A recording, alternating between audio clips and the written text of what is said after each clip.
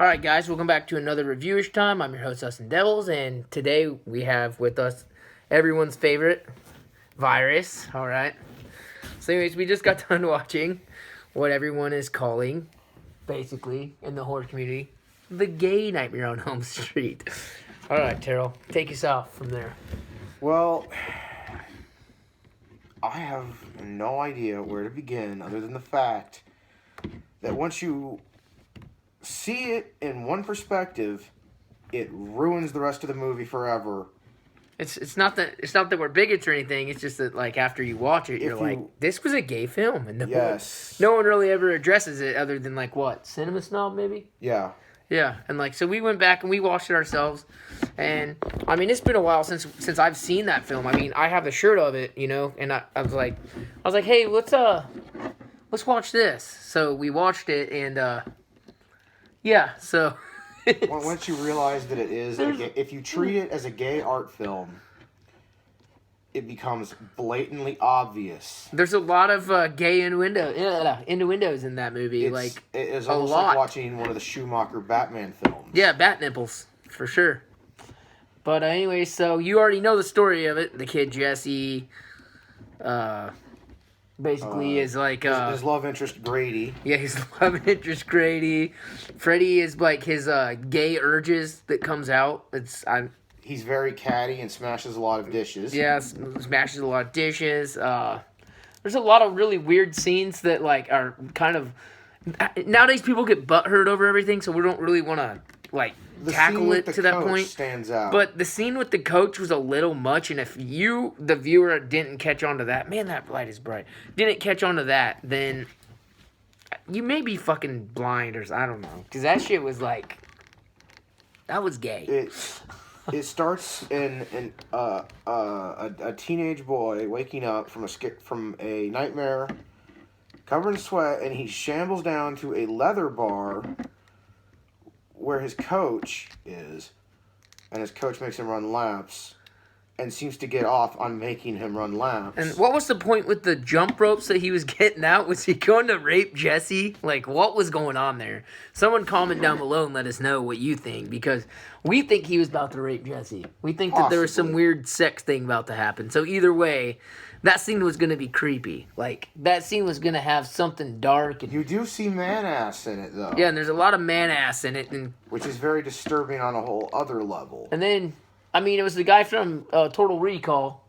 Yes. With Quado in his stomach, and that guy was like, he was just really like off. That character was just off. He was wearing... The whole film was off. Like, he was wearing his leather gear in the gym while he was watching the kid run laps. Yeah. Yeah, he was. He was like chewing his gum the whole time the place was like having like some weird like paranormal shit. He was just chewing his gum like, what's going on? What's going on? And it's like, dude, there's like something happening, and you're just like chilling there. You're like, yeah, I'll chew my gum. Why? The whole damn like place is being destroyed. American History X got their idea for the shower scene. Yeah, someone right with that movie. Clearly the movie was to tackle homosexuality in the 80s, and it's blatant. If you don't understand the film and you're getting upset over the review, just understand that it was an art piece is what we're thinking. And somebody very carefully wrote this. Yeah, and like they wanted people to realize that it was they want you to realize, like, now, after watching it from then and then watching it nowadays, they want you to realize that it was kind of like a sticking it to the man cinema, kind of. Well, they made it subtle enough that nobody noticed it. Until, 20 years later? Yeah, I mean, it's like... Or hell, 30 years later, even. Like, I remember I did a review on my old channel of the this action figure, actually, and I remember I brought up the shower scene and how just awkward it was, and it was just... And then, as I got older, this guy and I decided we were going to watch it again, and we started to realize, you know, like, that it was, like, it's a gay film. Like, it's about a kid coming out of the closet. Freddy is obviously... Well, he's afraid to come out of the closet. Yeah, and his dad's, like... Freddy represents fear. Yeah, and his dad disapproves of everything, so he used the homosexuality that he had to, Because anytime he was near the girl, what was her name? I can't Lisa. remember. Lisa. Every time he was near Lisa, he had felt an episode with yeah, Freddy. he felt like Freddy was gonna come out.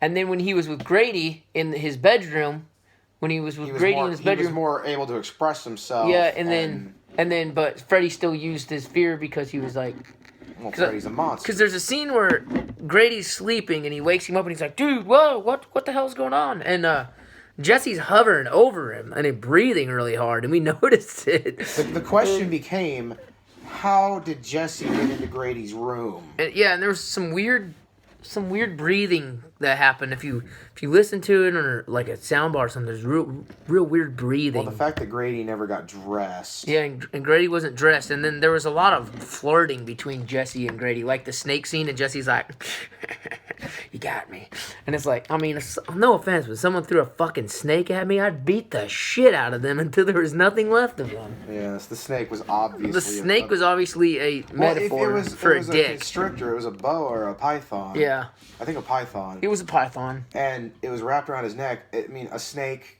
Come on. A dick, yeah.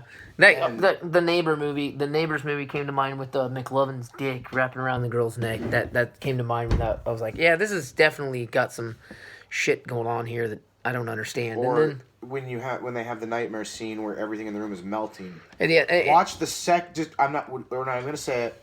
Just watch the second object melt. Yeah, all right, we won't say it then. Yeah, because you don't know if we'll get in trouble or not. It will be so painfully obvious, and it won't be funny. Yeah, because then you'll Realize you were blind. And